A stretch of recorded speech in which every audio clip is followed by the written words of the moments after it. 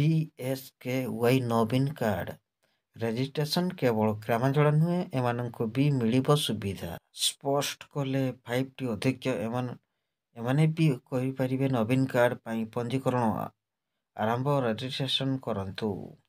ଦୂର ହେବ ଗରିବ ଲୋକଙ୍କ ଚିକିତ୍ସା ଟେନସନ। ମେଡିକାଲ ବଡ଼ ଖର୍ଚ୍ଚ ବହନ କରିବେ ରାଜ୍ୟ ସରକାର। ଓଡ଼ିଶା ସରକାରଙ୍କ ବିଜୁ ସ୍ୱାସ୍ଥ୍ୟ କଲ୍ୟାଣ ବା BSKY ହେଲ୍ଥ କାର୍ଡ ପରେ ଏବେ ଆସୁଛି BSKY ନବୀନ କାର୍ଡ। ଗ୍ରାମାଞ୍ଚଳ ପରେ ସହରାଞ୍ଚଳ ଲୋକଙ୍କ ଓ ସହରାଞ୍ଚଳ କର୍ମଚାରୀଙ୍କ କରିବେ BSKY ନବୀନ କାର୍ଡ। ପରିବର୍ତ୍ତନ ପର୍ଯ୍ୟାୟରେ ଅର୍ଥାତ୍ ଆଉ ତୃତୀୟ ପର୍ଯ୍ୟାୟରେ ସହରାଞ୍ଚଳବାସୀଙ୍କୁ ଯୋଜନାରେ ସାମିଲ କରିବା। କଟକ ବାଲିଯାତ୍ରା ଉପରେ ପଡ଼ିଆରେ ଏନେଇ ସୂଚନା ଦେଇଛନ୍ତି 5ଟି ଅଧ୍ୟକ୍ଷ। କାର୍ତ୍ତିକ ପାଣ୍ଡିଆନ ଏବେ ଗ୍ରାମାଞ୍ଚଳରେ ସମସ୍ତଙ୍କୁ BSKY ନବୀନ କାର୍ଡ ଦେବାକୁ ନିଷ୍ପତ୍ତି ନିଆଯାଇଛି। ଅଧିକରୁ ଅଧିକ ଲୋକଙ୍କୁ ମାଗଣା ସ୍ୱାସ୍ଥ୍ୟ ସେବା ପାଇଁ ଏହି ଆବେଦନ ପ୍ରକ୍ରିୟା ଆହୁରି ସରଳ କରିଛନ୍ତି ସରକାର। ଏଥିପାଇଁ ଜାନୁଆରୀ 6ରୁ 16 ଯାଏଁ ଚାଲିବ ପଞ୍ଜୀକରଣ। ଅନଲାଇନ୍ ସହ ମୋ ଜନସେବା କେନ୍ଦ୍ରରେ ହୋଇପାରିବ ରେଜିଷ୍ଟ୍ରେସନ। କାହା ନାମରେ କରିପାରିବେ ପଞ୍ଜୀକରଣ? BSKY ନବୀନ କାର୍ଡ ପରିବାର ମୁଖ୍ୟଙ୍କ ନାଁରେ ସମସ୍ତେ କରିପାରିବେ। BSKY କାର୍ଡ ଥିବା ସତ୍ତ୍ୱେ ନବୀନ କାର୍ଡ ପ୍ଲାନ୍ କରିବେ କି ନା? ଯଦି ଜଣେ ବ୍ୟକ୍ତିଙ୍କର ପୂର୍ବରୁ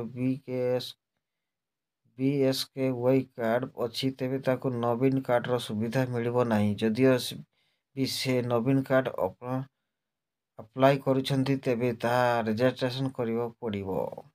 ଯଦି ଚ୍ୟାନେଲ ପାଇଁ ନୂଆ ଆସିଛନ୍ତି, ତାହେଲେ ଚ୍ୟାନେଲକୁ ଗୋଟିଏ ଲାଇକ୍, ସେୟାର, କମେଣ୍ଟ ଏବଂ ସବସ୍କ୍ରାଇବ କରିଦିଅନ୍ତୁ, ଯାହାଦ୍ୱାରା ଆମ ଚ୍ୟାନେଲ ମାଧ୍ୟମରେ ଲାଟେଷ୍ଟ ନ୍ୟୁଜ୍ ପାଇପାରିବେ।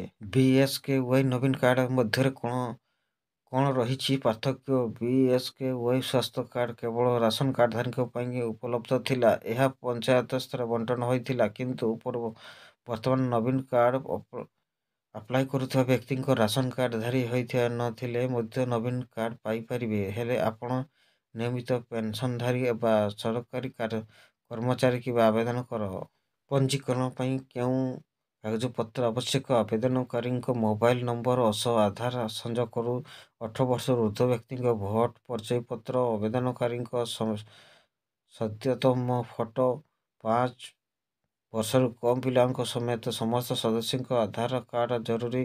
5 ବର୍ଷରୁ କମ୍ ପିଲାଙ୍କ ଆଧାର ନଥିଲେ ଜୁନ୍ 30 ସୁଦ୍ଧା ଦାଖଲ କରିବା ନେଇ ଅଣ୍ଡରଟେକିଂ ଦେଇପାରିବେ।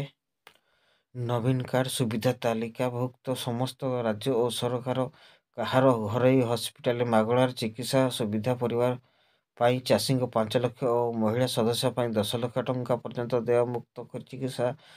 ହୃଦ୍ରୋଗ, କିଡନୀ ରୋଗ, ବ୍ରେନ୍ ଷ୍ଟ୍ରୋକ୍, ବ୍ରେନ୍ ଟ୍ୟୁମର ଭଳି ଜଟିଳ ରୋଗର ଚିକିତ୍ସା ମିଳିପାରିବ। ଗଭୀର ମସ୍ତିଷ୍କ କ୍ଷତ, ପୋଡ଼ା ଜଳା, ଆହତ ସ୍ନାୟୁ, ମାଂସପେଶୀ, କ୍ୟାନସର ଭଳି ଜଟିଳ ରୋଗର ଚିକିତ୍ସା ମିଳିପାରିବ।